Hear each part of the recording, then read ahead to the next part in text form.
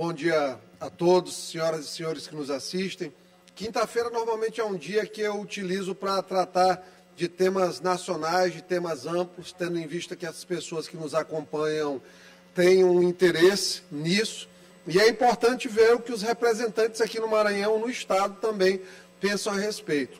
Essa semana nós tivemos notícias muito ruins aí no cenário econômico brasileiro. Houve uma euforia inicial em relação a uma queda do dólar por alguns dias, em relação a uma possibilidade de uma redução, uma desaceleração da inflação, mas as prévias aí para o mês de abril elas já são ruins e, claro, dólar já começou a retomar a subida e também a Bolsa de Valores já iniciou o processo de queda novamente.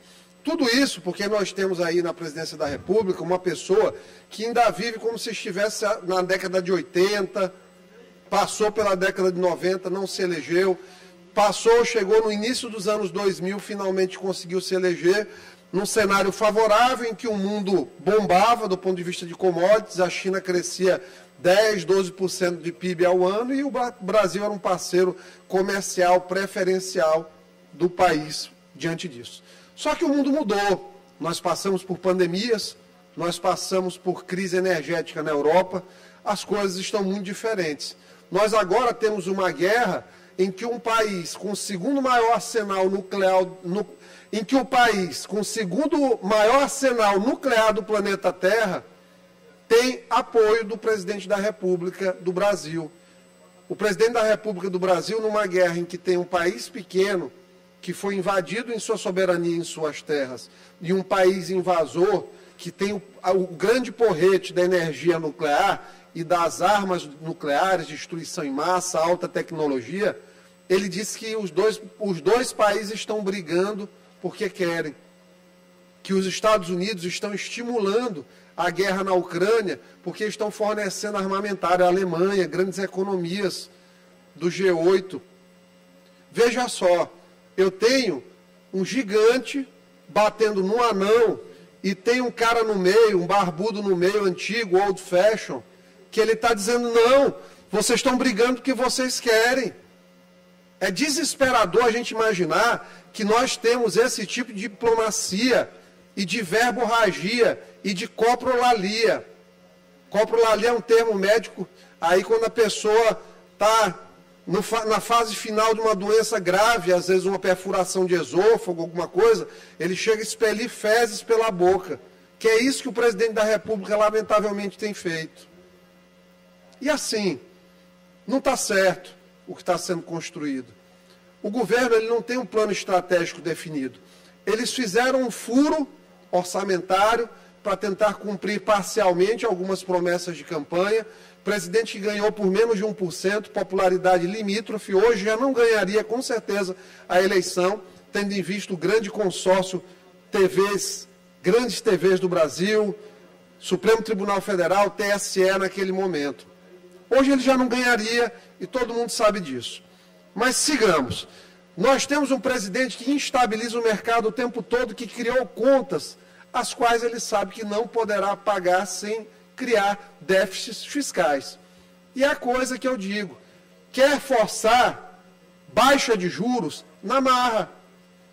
Quer todo dia colocar a culpa no presidente do Banco Central, mas a inflação só está desacelerando neste momento agora, porque o Banco Central foi resiliente em segurar as pressões. Porque muitas vezes a gente tem que ser impopular para fazer as coisas se tornarem boas para as pessoas. E é o peso que recai, a faca que às vezes é colocada aqui no crânio de quem governa, que precisa que isso aconteça. As pessoas precisam, muitas vezes, resistir às pressões.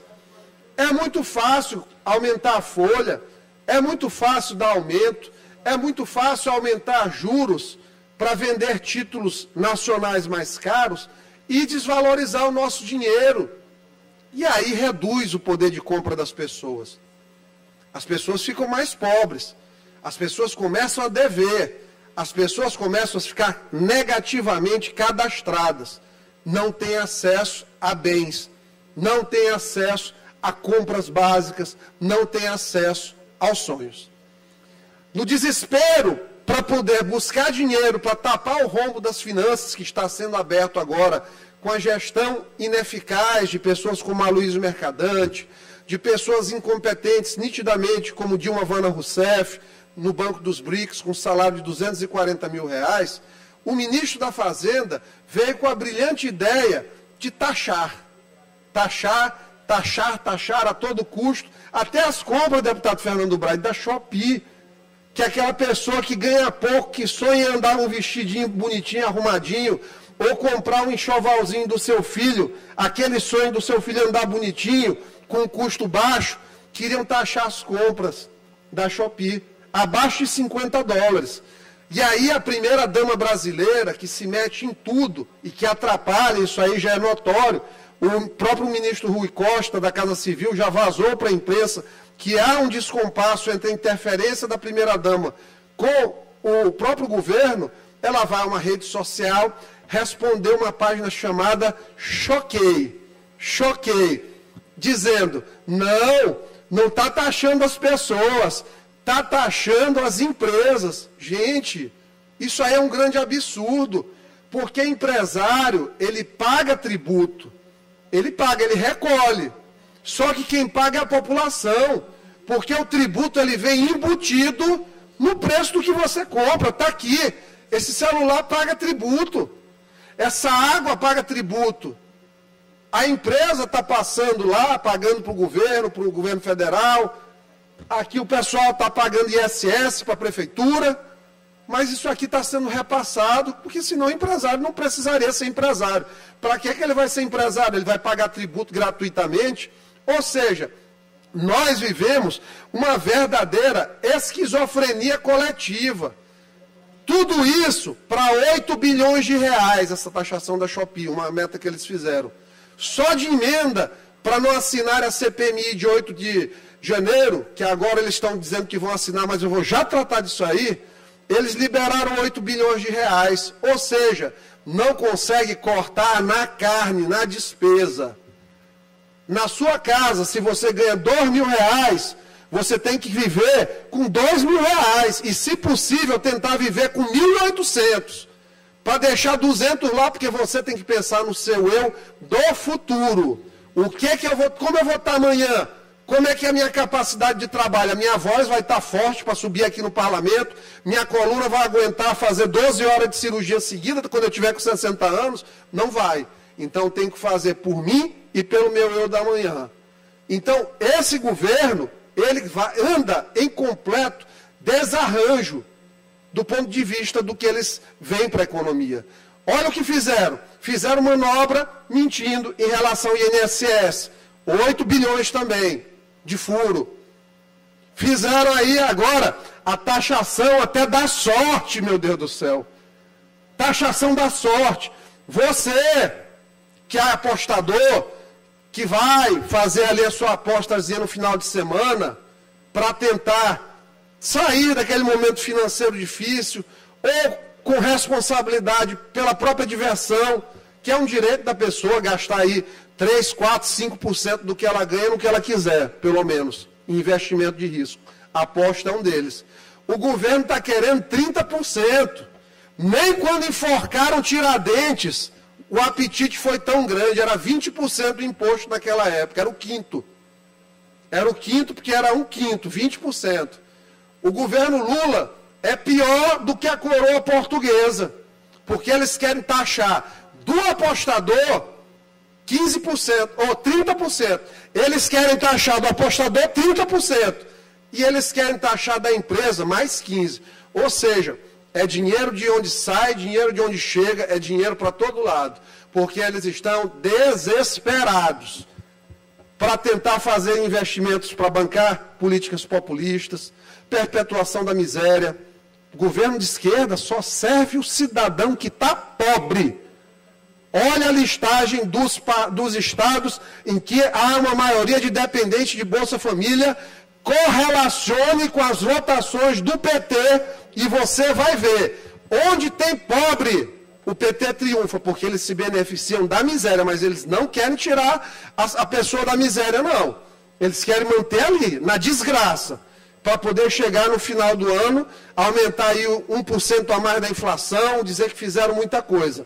Na LDO já está previsto para o ano que vem 0 de aumento real de salário mínimo, dentro da perspectiva da inflação. Ou seja, um governo que é capaz de fazer taxação de sonhos e de sorte, o que ele não é capaz de fazer do ponto de vista das liberdades individuais. Olha, vi um debate muito interessante essa semana na Câmara, acontecendo, audiências públicas, vários ministros falaram, inclusive o nosso ministro maranhense da Justiça deu a opinião dele, que eu discordo, mas vou discordar com argumento. Ele acha que lá a regulação das redes tem que existir para coibir violência nas escolas. Tem que existir. Agora, qual o parâmetro para balizar o que é discurso de violência ou não? Quem que vai balizar isso aí?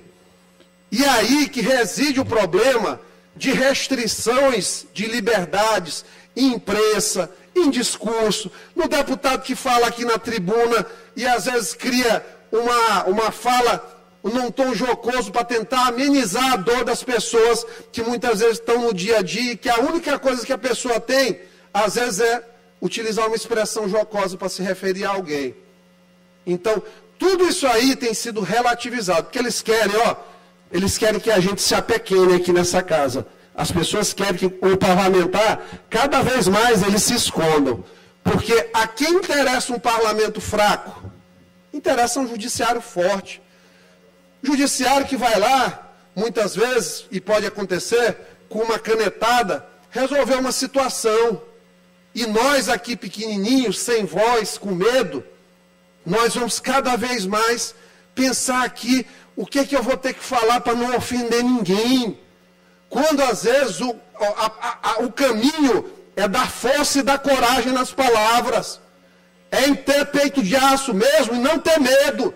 E não baixar a cabeça.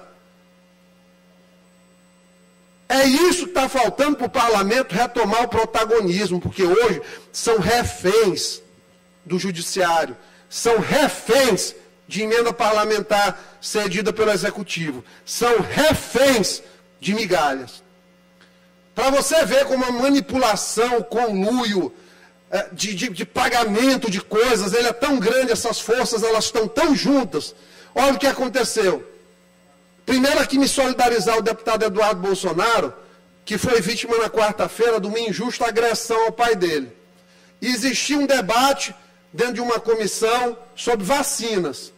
Um deputado do PT trouxe uma informação falsa. O deputado Bolsonaro foi tentar trazer a verdade dos fatos. Dizer que não houve aquilo. E aí, no final disse, vocês da esquerda são responsáveis pela facada contra o meu pai. E, de fato, foi provado que era um militante naquele momento. E aí o deputado do PT, o que ele diz? Facada fake. Fernando, imagina se o doutor Carlos pega uma facada e depois faz várias cirurgias de obstrução intestinal, de hérnia, se ele é internado 4, 5 vezes no hospital com sonda nasogástrica, sonda retal, alimentação parenteral, dor, náusea, vômito, tu acompanha o sofrimento todo do teu pai e vem uma pessoa dizer que foi uma facada fake porque não viu sangue, porque é analfabeto o suficiente para desconhecer que existe uma gordura de proteção no abdômen chamada aumento maior, que era a primeira que sai pela pressão positiva do abdômen para tampar a ferida. E por isso que não sangra muitas vezes algumas facadas na hora. Então o desconhecimento é o pai de muitas ofensas. E também muitas ofensas que não são recebidas assim pelo desconhecimento. Então, lamentavelmente, aconteceu isso. O deputado Eduardo se exaltou de maneira justa, porque, se fosse o meu caso, faria a mesma forma. Faria da mesmíssima forma. Falasse de um pai que me ajudou, que infelizmente eu não tive, mas se falasse da minha mãe, a situação ia ser muito pior. Eu não teria parado. E eu acho que a maioria absoluta das pessoas, lembrando de todas as suas memórias afetivas, não aceitariam um negócio desse. E a repercussão nas redes, apesar dos robozinhos do PT estarem tentando agir, está sendo favorável à solidariedade ao deputado Eduardo. Então fica aqui a nossa solidariedade. E aí o deputado do PT, no final, disse que agora está com medo. Eu estou com medo. Está com medo? Não ofenda a família das pessoas. Não menospreze o sofrimento de quem está ainda sob risco de vida. Quem tem aderência no intestino passa anos e anos sofrendo. Chamar de facada fake aquilo ali, uma desonestidade que só realmente um deputado do PT poderia ter.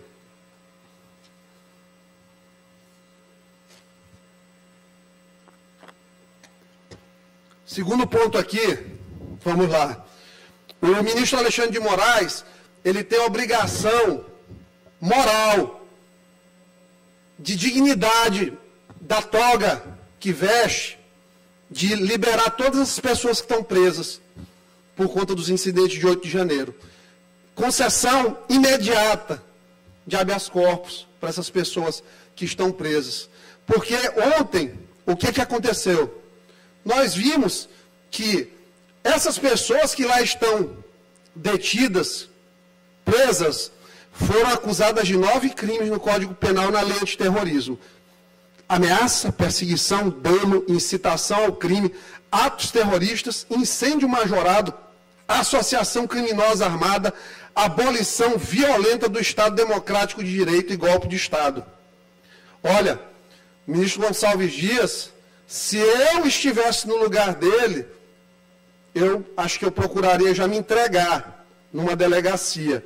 Porque o que as imagens que o governo do PT, o Ministério da Justiça, o Gabinete de Segurança Institucional, a Polícia Federal, o STF, Procuradoria-Geral da República, tanto esconderam, nada mais era do que mostrar que houve proteção dos agentes do governo aos manifestantes. E provavelmente ali tem pessoas infiltradas para cometer os crimes. Então imagine vocês, eu estou acusando alguém de criminoso. Ladrão, ladrão, ladrão, sai daqui. Não, tu está me roubando, né? Tranquilo. Esse extintor aí que tu está levando, Black Block aqui, com a máscara, pode levar tranquilamente o extintor. Carrega, faça aqui. Eu sou chefe do Gabinete de Segurança Institucional, um militar que tem dever de agir nesse momento, uma vida ou a outra vida, e ele ficou silencioso, observando tudo. Então, é a obrigação de Alexandre de Moraes libertar todas essas pessoas. Todas essas pessoas. Agora, senador Randolfo Rodrigues veio dizer que o governo vai apoiar a CPMI. Por quê? Porque eles acharam o bode expiatório que eles querem. Vão jogar para a fogueira. Vão jogar para a fogueira o ministro Gonçalves Dias, porque é assim que eles fazem. Assim que quando aconteceu aqui no Maranhão, que teve médico que se suicidou, se matou, guardando esquema que envolveu muita gente, que isso não está esquecido. Essa morte não está esquecida. Ele se matou, porque não aguentou o peso da responsabilidade sozinho. Mas a gente sabe como essas pessoas trabalham. Vamos lá. Se tem agentes do governo ajudando manifestantes, sendo omissos, prevaricando, escondendo informações ou mentindo, artigo 29 do Código Penal, concurso de pessoas, minimamente isso aqui. Quem de qualquer modo concorre para o crime incide nas penas extras combinadas na medida da culpabilidade. Vamos lá. Mas me parece que a coisa é mais grave. Nós estamos tratando aqui da Lei 12.850, organização criminosa, onde o presidente Lula, o ministro Gonçalves Dias, o ministro da Justiça, o interventor federal Ricardo Capelli, o diretor da Polícia Federal, o procurador-geral da República, o ministro Alexandre de Moraes, todos esses aqui têm participação nessa omissão e na ocultação. Parece, sabe o que é isso aqui? Watergate, quando o Nixon foi demovido da presidência. Tentaram ocultar a participação do partido nele, ou do Partido Republicano na época, na investigação secreta dos agentes do Partido Democrata. Vamos lá. Requisitos para a constituição de uma organização criminosa. 4 ou mais pessoas organizadas. Caráter de permanência e estabilidade. Esses caras estão o tempo todo juntos, maquinando. Agora o Ricardo Capelli foi para o Gabinete de Segurança Institucional. Estruturação e divisão de tarefas. A cada um deles cabe. Tem o braço da denúncia, tem o braço do diretor da Polícia Federal que faz um requerimento e meia hora depois o Alexandre dá uma sentença de 9 páginas, que isso é impossível. Nem o ChatGPT-4 faz. Em 9 minutos isso aí. Estruturação e divisão de tarefas e ter como fim obter alguma vantagem econômica ou moral. Não estou acusando, porém vou denunciar. Os ministros ao Senado e o presidente da República à Câmara dos Deputados, com esses fatos que aqui vêm à tona. Em relação à participação do ministro da Justiça, fica claro, 342 do Código Penal, incorreu em falso testemunho dentro da comissão, nas comissões que tem participado. E vamos lá. Em relação ao ministro Alexandre de Moraes, artigo 39 da Lei 1079 de 1950, Lei do Impeachment, aquele 39, crime de responsabilidade de ministro do Supremo Tribunal. Artigo 39, inciso 3 e 4. Exercer atividade política partidária. Pode ser feita uma interpretação que sim, ser patentemente desidioso no cumprimento dos deveres. Se ele não libertar todos os que estão lá, se ele não libertar Anderson Torres, que está para morrer na cadeia, já perdeu 12 quilos com depressão lá dentro, que foi rapidamente preso e estava nos Estados Unidos, enquanto o ministro do GSI estava dentro do Palácio da Alvorada. O cara que nos Estados Unidos foi preso e o que estava dentro não vai ser. Isso é desídia no cumprimento de deveres. Afastou o governador Ibanez, tirou um governador da cadeira. Da cadeira. Tirou o governador da cadeira. Rapidamente. Então, responde pela Lei 1079. Dos ministros, aqui do presidente, não tornar efetiva a responsabilidade dos seus subordinados quando manifestem delitos funcionais ou na prática de atos contrários à Constituição. Publicidade, transparência, responsabilização, prevaricação, evitá-la, cobrança de omissões. Artigo 9º. Expedir ordens ou fazer requisição de forma contrária às disposições da Constituição. Isso aqui é um sem fim de coisas para fazer uma representação. E infringir no provimento de cargos públicos das normas legais. Então, nós estamos, de fato, num país que, se fosse sério, se estivesse na Inglaterra, se estivesse nos Estados Unidos, se estivesse na Alemanha, numa democracia realmente desenvolvida, num Estado de direito democrático, real, e não nessa bagunça que existe aqui, que no máximo é um Estado de direito. Mas ele não chega hoje a ser, não. Porque procurador da República sabe disso aqui. Diretor da Polícia Federal, que tinha dever de ofício de liberar isso aqui e de acusar o general, prevaricou. Ministro da Justiça, que sabia de tudo isso aqui, interventor federal que passou um mês, viu todas essas imagens, não fez uma denúncia. A minha opinião é que isso aqui é uma organização criminosa. Agora, cabe ao judiciário analisar. Eu vou fazer a minha parte, vou representar todos nas instâncias que merecem e que precisam para que o Brasil, de fato, caminhe de uma maneira correta. Essa palhaçada do governo Lula, ministro é associado com narcotráfico, um monte de coisas, isso tem que acabar. Isso tem que acabar. E assim, mesmo daqui do Maranhão, nós estamos vigilantes do que está acontecendo e vamos fazer a nossa parte, que é representar. Muito obrigado a todos.